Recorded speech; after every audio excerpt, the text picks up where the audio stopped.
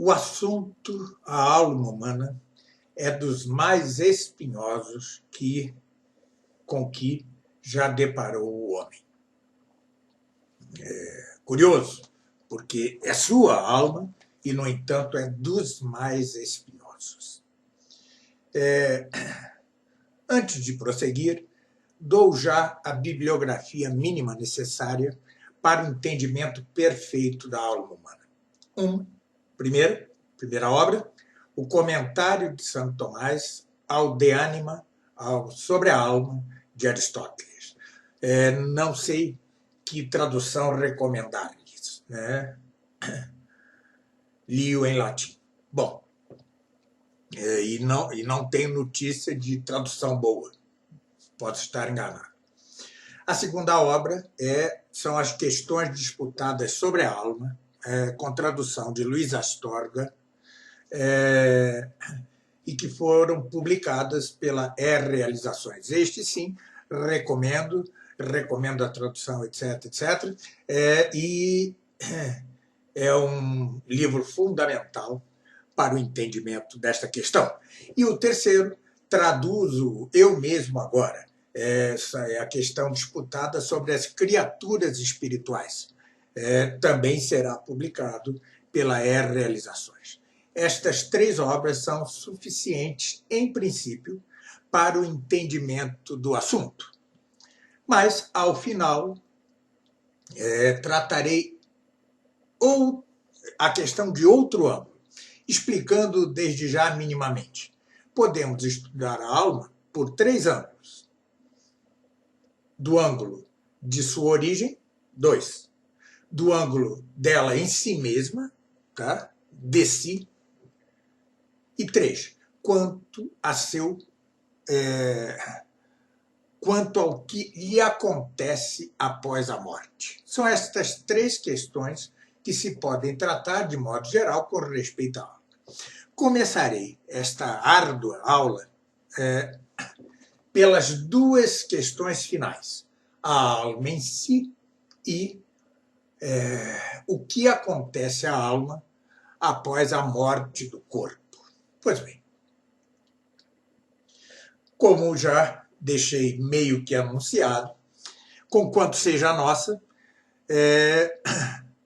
a alma humana não nos é evidente. Assim como Deus não nos é evidente, senão que, para conhecer que Ele é, que Ele tem ser, em palavras mais compreensíveis, que Ele existe, e chegar a atributos seus pela simples razão humana, ou seja, não considerando a revelação que Deus faça de si mesmo, é preciso um raciocínio chamado quia. Ou seja, vejam, se eu vejo alguém assassinar a outro, eu conheço a causa, eu conheço o efeito, ou seja, o homem assassinado, porque vi sua causa. Então posso dizer, tal homem morreu porque aquele outro o matou. É um conhecimento chamado em latim propter quid, ou seja, pela causa. Ora, como não nos... E isto é evidente. Evidentemente eu vi que alguém matou outro alguém. E, no entanto, não é assim com Deus. Não conseguimos ver a Deus por essência, não conseguimos tê-lo por evidente. Por isso, só o conhecemos pelos efeitos dele ad extra, ou seja, fora de si mesmo. Ou seja, por sua criação. Era o que dizia São Paulo. Pelas coisas visíveis, conhecem-se as coisas invisíveis de Deus. Então, isto é o que se chama raciocínio quia. Aquele era o propter quid. Agora é o quia. Você conhece. Dos efeitos, você parte para a causa. E sempre é assim quando não se tem evidência da causa. A causa não nos é evidente. Pois bem, algo semelhante se dá com a alma humana. Ela não nos é evidente. E só a conhecemos por seus efeitos em nós mesmos. Ou seja, por um raciocínio quia, análogo ao raciocínio com que conhecemos a Deus. Pois bem, que é assim que não é evidente, prova-se por indução. O que quer dizer indução? A partir da história mesma do pensamento humano com respeito à alma humana.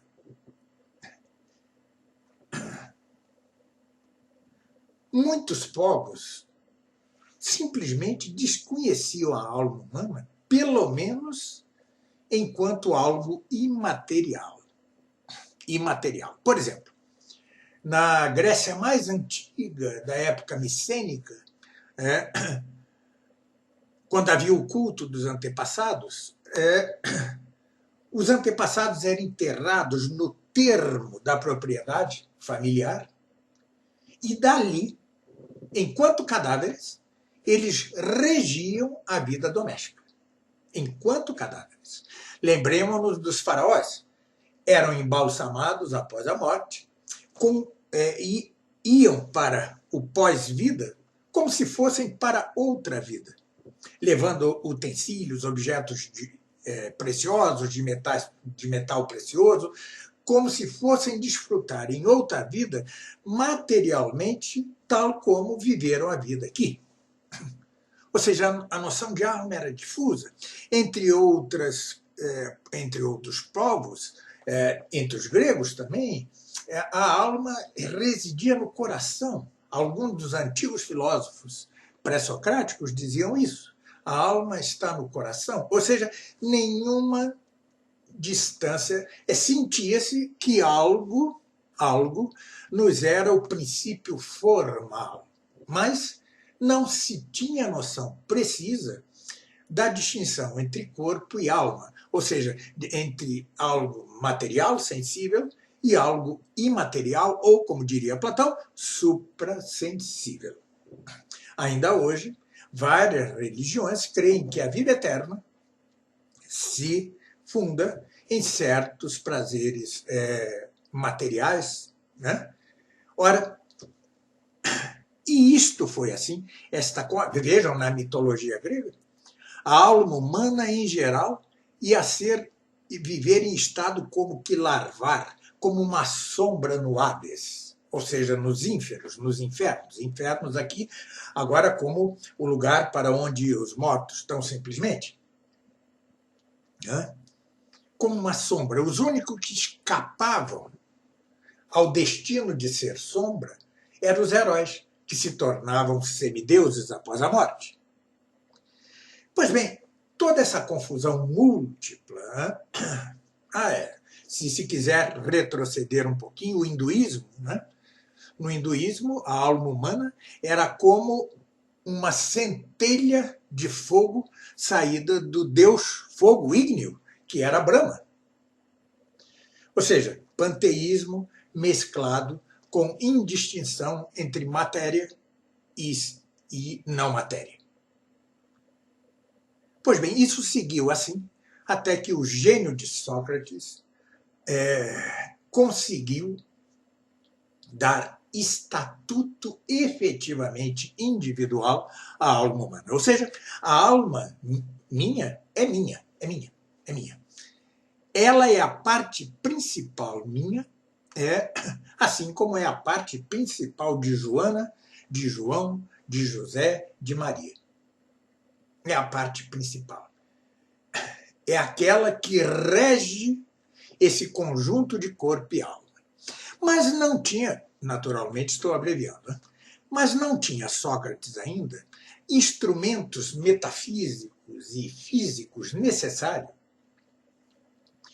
para chegar à conclusão de que a alma humana era efetivamente imortal enquanto espiritual. Enquanto espiritual. Ele não tinha certeza. E o confessava. Conquanto, pelo diálogo Górgias de Platão, se deu um pouco a entender, se é verdadeiro aquilo ou não, uma recriação de Platão, que Sócrates, ao fim e ao cabo, acabou concedendo a imortalidade da alma. Porque, com efeito, conversa ele no reino dos mortos, a sua alma, com Deus, em hipótese, ex suppositione, por suposição. Mas seja lá como tenha terminado Sócrates quanto a isto, o fato é que o primeiro a afirmar inequivocamente a imortalidade da alma humana é Platão. Foi Platão. Platão deu algumas provas da imortalidade da alma humana que não são de todo convincentes, conquanto fossem impressionantes num primeiro momento, ou seja, depois de um vazio de séculos e séculos, de milênios. Deu algumas provas, tampouco vou aprofundá-las aqui. Mas foi preciso esperar Aristóteles para que se entendesse perfeitamente o que é a alma humana. Pois bem, detenhamo-nos em Aristóteles, cuja filosofia é, como digo sempre, a filosofia por excelência, a filosofia por antonomasia. Pois bem, todos os entes compostos de matéria e forma constituem o mundo sensível. O mundo sensível, isso que nós vemos, que tocamos, que cheiramos, que sentimos, tudo, desde um grão de areia até a galáxia distante, são compostos, tudo isso é composto de matéria e de forma. É o famoso lemorfismo aristotélico. A forma é que faz que a coisa seja o que ela é. É a forma da pedra o que lhe dá o ser pedra. É a forma da grama o que lhe dá o ser grama. É a forma do astro o que lhe dá o ser astro. É a forma do homem o que nos dá o ser homem. Mas uma coisa é a forma no mundo inorgânico, ou seja, aquele em que não existe a vida. Outra é a forma no mundo orgânico, ou seja, no âmbito da vida. Neste, aquilo que é forma é uma forma particular. Qual é esta forma? A alma. Alma é a forma dos seres vivos, dos entes vivos. Seja um talinho de grama, seja uma árvore, seja uma minhoca, seja um cavalo, seja um macaco, seja um homem. Cada um destes entes vivos tem uma alma. Claro, os vegetais têm uma alma vegetal, que lhes permite a nutrição e o crescimento, é a vida vegetativa. Os animais têm uma alma que lhes permite não só o que a alma vegetal permite aos vegetais, a saber, a nutrição e o crescimento, senão que permite a locomoção e o conhecimento das coisas sensíveis. Os animais conhecem o mundo. As plantas não conhecem o mundo. Os animais conhecem. Conhecem de que maneira? Pelos sentidos. Nem todos os animais têm os 5 sentidos. Aqueles que são imóveis não têm o tato, apenas. Às vezes se parecem até com um vegetal. Estamos na fronteira. Os mais desenvolvidos têm os 5 sentidos. E têm os sentidos internos, porque 5 são os sentidos externos. Outros são os sentidos internos, o sentido comum. A estimativa, que é o ponto mais alto da alma animal, a memória, etc, etc. Bom, quando se chega ao homem, a alma humana lhe permite ao homem não só o que a alma vegetal lhes permite aos vegetais, a saber, nutrição e crescimento, não só permite, ademais, aquilo que a alma dos brutos permite aos brutos, ou seja, conhecer pelos sentidos externos e internos, senão que lhe permite algo mais. Que algo mais é este? É o conhecimento do mundo mediante a abstração das essências das coisas. Quando o homem conhece o cavalo, antes de conhecer intelectualmente falando, este ou aquele cavalo conhece a essência do cavalo. Depois é que ele vai aplicar esta essência a cada cavalo individual. É que a alma do homem tem uma parte não só vegetativa, tem outra parte sensitiva, como a dos brutos, e tem a parte intelectiva ou superior. Isto é o que Sócrates dizia que era propriamente o humano, o mais humano. Claro, o homem é constituído de corpo e alma, mas é a alma sua parte principal. Pois bem, quando conhecemos as essências das coisas e as abstraímos, não o podemos fazer senão espiritualmente, intelectualmente. Despojar desta coisa conhecida de toda a sua natureza material. Trata-se das ideias, dos conceitos, das definições. Quando conheço o homem, abstraindo sua essência, digo animal racional. Eu sou um animal racional, a Maria que me assiste é um animal racional, José que me ouve é um animal racional e todos os homens somos homens exatamente pela humanidade, ou seja, porque todos somos isto que expressa a definição, animal racional. Ora, isto que acabo de dizer é imaterial. É imaterial. É despojado, não só não depende dos sentidos corpóreos, tanto externos, como em si mesmo é algo imaterial. Logo, a alma humana além de ser em parte semelhante à vegetal, em parte semelhante à dos brutos, é algo espiritual, intelectual, suprassensível, para além do sensível, porque só algo imaterial é capaz de conhecer imaterialmente as coisas. Quando digo homem, animal racional, conheci o homem não como o cachorro conhece, não como o gato conhece, senão que o conheço imaterialmente, não materialmente. Pois bem, isto é Aristóteles. Este é o grande passo do gênio aristotélico quanto à alma humana.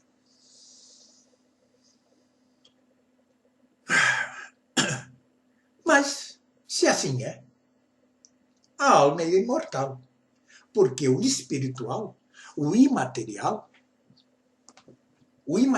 por si, ele é incorruptível, como já dizia Platão. Ele tem de sobreviver à morte do corpo. Mas sucede que para este mesmo conhecimento imaterial que temos, com o intelecto imaterial, é-nos preciso, primeiro, conhecer as coisas pelos sentidos externos, depois pelos sentidos internos, formando imagens chamadas sensíveis, para que depois o intelecto espiritual possa abstrair destas imagens sensíveis as essências ou ideias das coisas, como vimos. Logo, conquanto intrinsecamente não dependa do corpo em sua operação mais própria, a alma humana depende, sim, do corpo para que se deslanche esta mesma operação. Repita-se, para que abstraiamos a essência das coisas, é preciso fazê-lo de imagens sensíveis, elaboradas pelos sentidos externos, primeiramente, e internos, por fim. Ora, perguntava-se Aristóteles, que a alma humana sobrevive ao corpo? Sobrevive. Ponto. Mas o que poderá fazer ela sem ter imagens sensíveis das quais abstrair suas essências? Dizia Aristóteles, não sei. Logo, a pergunta que se fez a Aristóteles, se o que faria a alma humana depois da morte do corpo, ele responde com um honesto e rotundo não sei. Aí deteve-se Aristóteles. Foi preciso esperar o gênio supremo de Santo Tomás de Aquino, porque, com efeito, os doutores da igreja anteriores também erraram muito quanto à alma, muitos deles dotando-a de certa materialidade com que retrocediam não só a Aristóteles, mas a Platão e a Sócrates. Mas foi preciso esperar o gênio gêmeo de Aristóteles, que é Santo Tomás de Aquino, superior a ele, mas particularmente porque ele se beneficiou de algo que Aristóteles não podia beneficiar-se, da luz da revelação e de dons que Santo Tomás tinha de Deus enormes.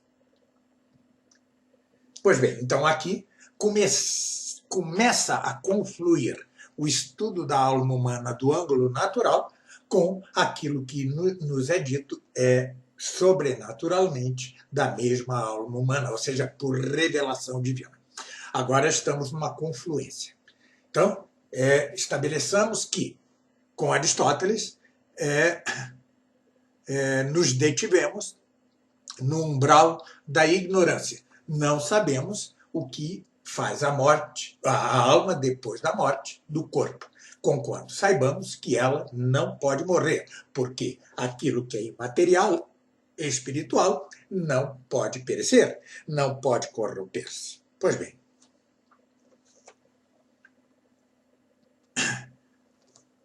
Santo Tomás assume todo o pressuposto aristotélico, só que agora vai responder à pergunta que Aristóteles deixou no ar, deixou sem resposta.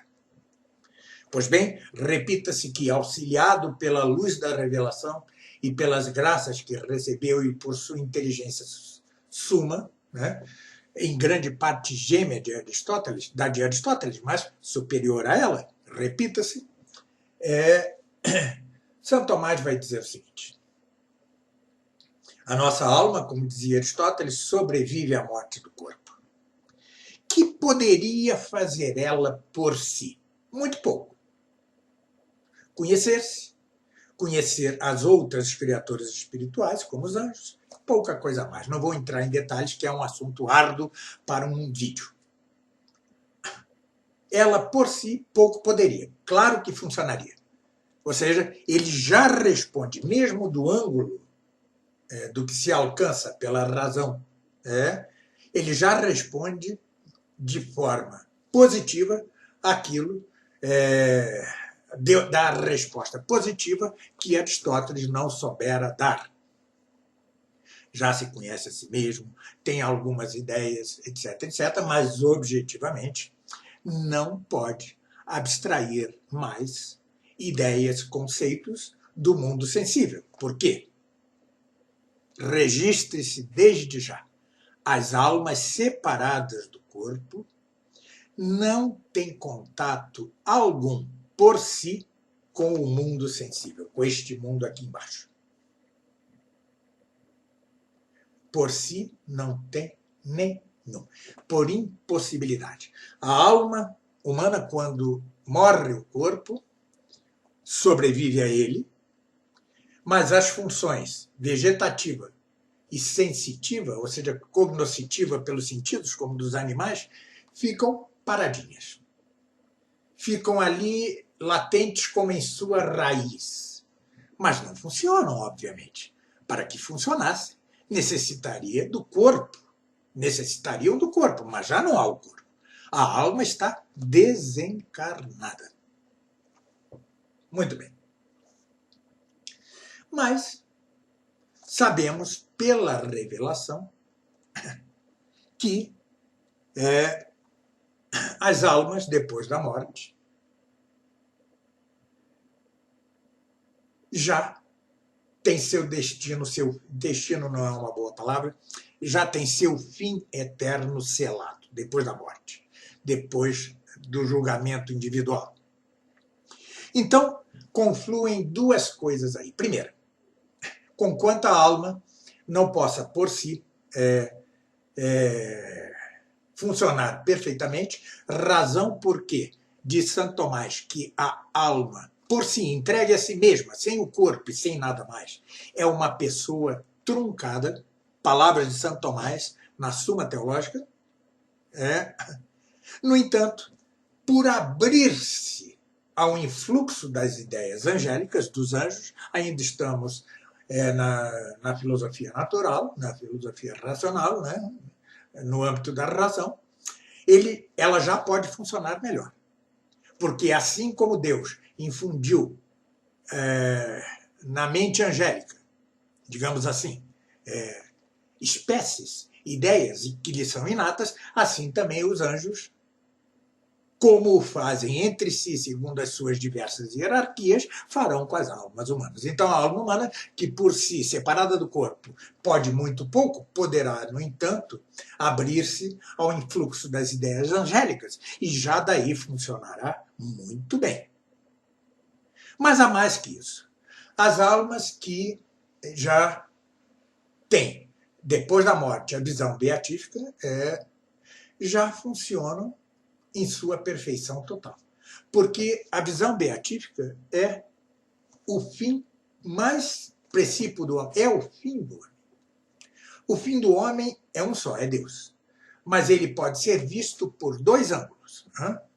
Ou enquanto Deus mesmo, porque temos de alcançar a Deus, o que quer dizer conhecê-lo agora, enfim, por essência, mas também desfrutar desta mesma essência. É o mesmo fim visto por dois ângulos. Ora, quem vê a essência de Deus, alma, anjo, alma ou anjo, só o pode fazer por um milagre divino. E agora estamos no âmbito da mais pura teologia sagrada.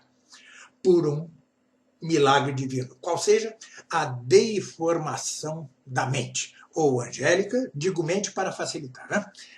Do intelecto, melhor, do intelecto angélico ou do intelecto humano, da alma humana. A deiformação, que é a luz da glória, permite, por o milagre dos milagres, que a alma humana ou o anjo conheçam a Deus, enfim, por essência. Deus mesmo, só Deus. Né? E só ele que tem o conhecimento infinito de si mesmo. Mas as almas e os anjos beatificados pela luz da glória verão a Deus em essência, por essência, e o conhecerão dentro de suas limitações, como Deus mesmo se conhece a si mesmo. Muito bem. Vejam que salto aqui a questão da condenação eterna, do purgatório, etc, etc. Né? Salto isso aqui. Quero apenas agora dizer que, mais que dar a certas almas a bem-aventurança eterna ou a beatitude eterna, Deus fará com que todos os corpos, estamos em plena teologia sagrada. Podemos explicar isso que vou dizer, mas não o podemos demonstrar, porque a fonte, o princípio pelo qual eu conheço isto que vou dizer, não é nossa mesma mente, não é nossa mesma razão, senão que é a mesma revelação que Deus nos faz e que aceitamos por duplo motivo, porque Ele mesmo nos curva a aceitar a revelação e porque o fazemos diante de sua mesma autoridade. Pois bem, os corpos ressurgirão. É a ressurreição dos corpos quando, enfim,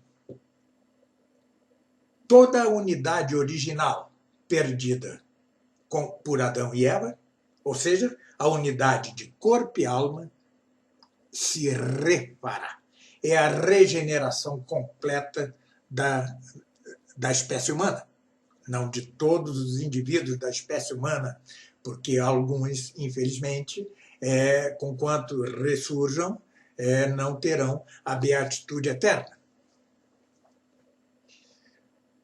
Mas essa reunificação de corpo e alma é o fim de todo este processo. Por um milagre especialíssimo, de que só é capaz aquele que é o criador da própria natureza, do próprio universo, tirando-o de nada. É o único que pode tirar algo, criar algo de nada. Tudo quanto criamos, fazemo-lo sobre algo já pré-existente. Se crio uma estátua, essa criação é só entre aspas. Eu, na verdade, tomo o mármore e lhe dou uma forma artificial. Pois bem, tem-se assim o ponto final de todo o drama humano.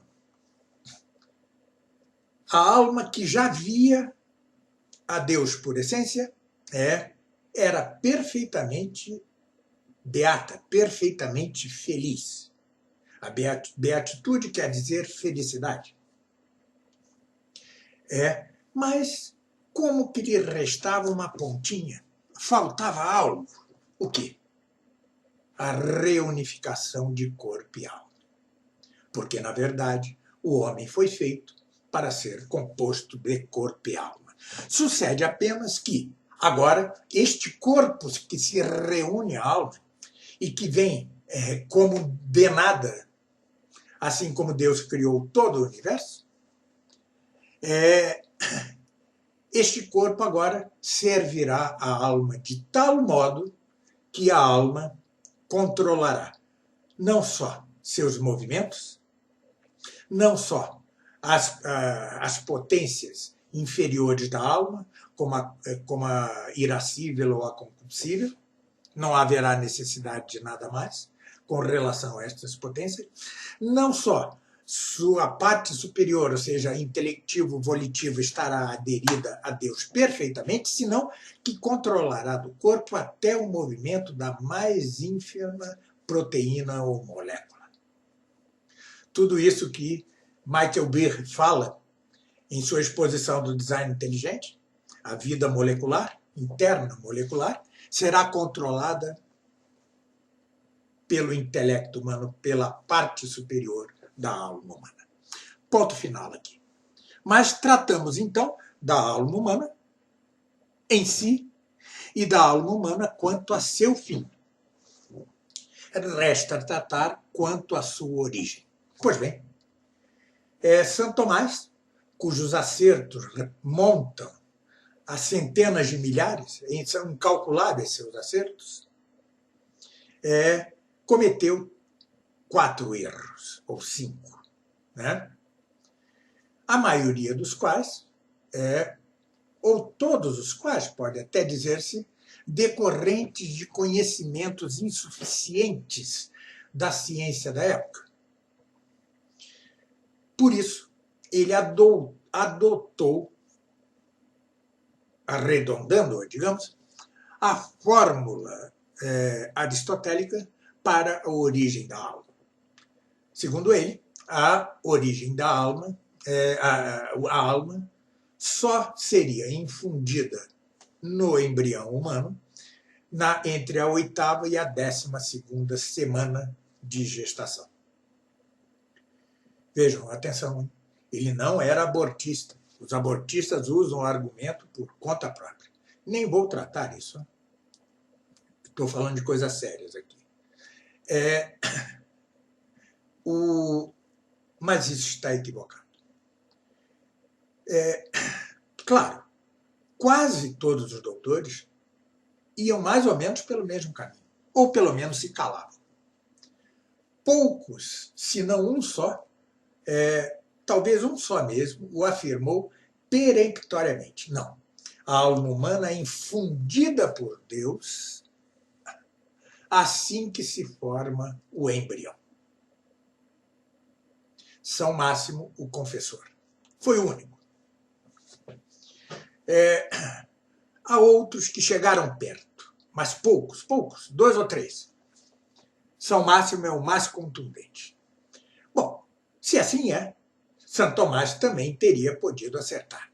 Mas vejam, Santo Tomás, mesmo em seus erros, nunca cometeu um paralogismo. O que quero dizer aqui? Ele nunca cometeu um barbarismo lógico.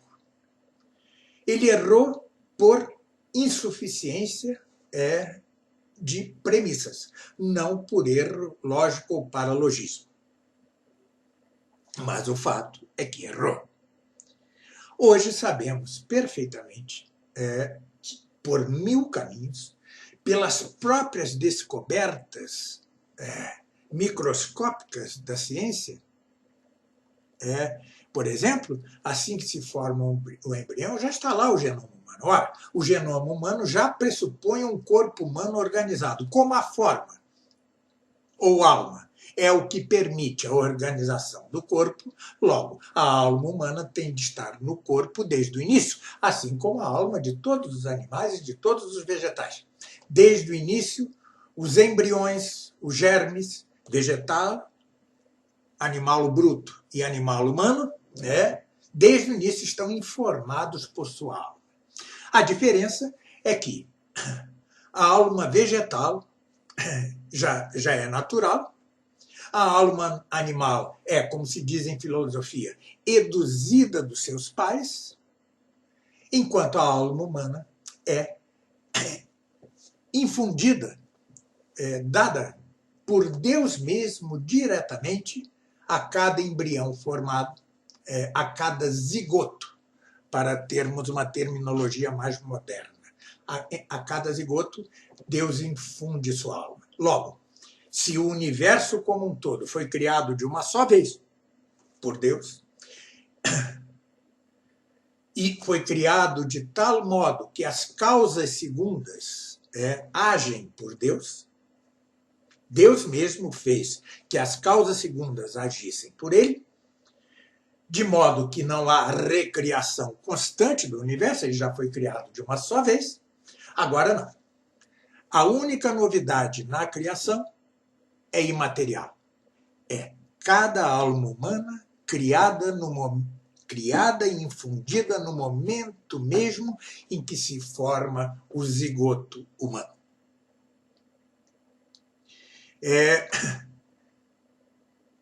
Temos a honra de que quem melhor o explicou com uma profundidade impressionante ser um brasileiro.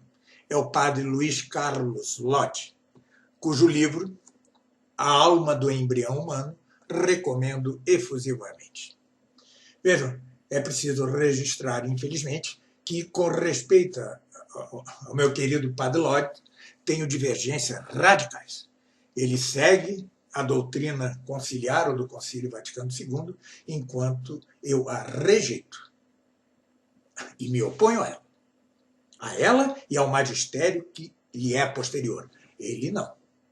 E, no entanto, eu seria absolutamente injusto, não veraz, se deixasse de citar esta obra capital que temos a honra de ter no Brasil.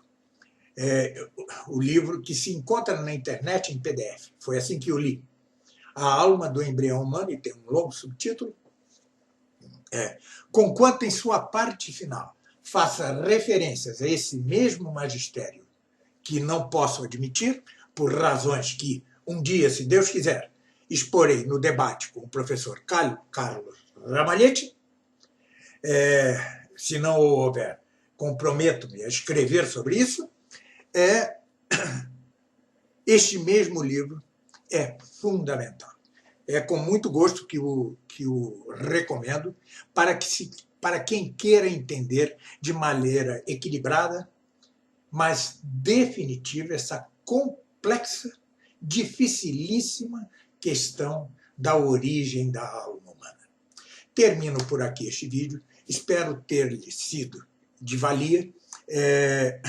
Naturalmente, agora os que quiserem aprofundar-se, recorram aos 4 livros que indiquei e terão uma visão mais aprofundada do tema. Mas creio que conseguir aqui, neste breve espaço, são 40 minutos de gravação, conseguir dar as linhas gerais pelas quais toda e qualquer pessoa poderá orientar-se frente a esta questão árdua, espinhosa, mas já solucionada por Santo Tomás de Aquino e agora rematada pelo nosso caro Padre Lodi. Muito obrigado, até um próximo vídeo.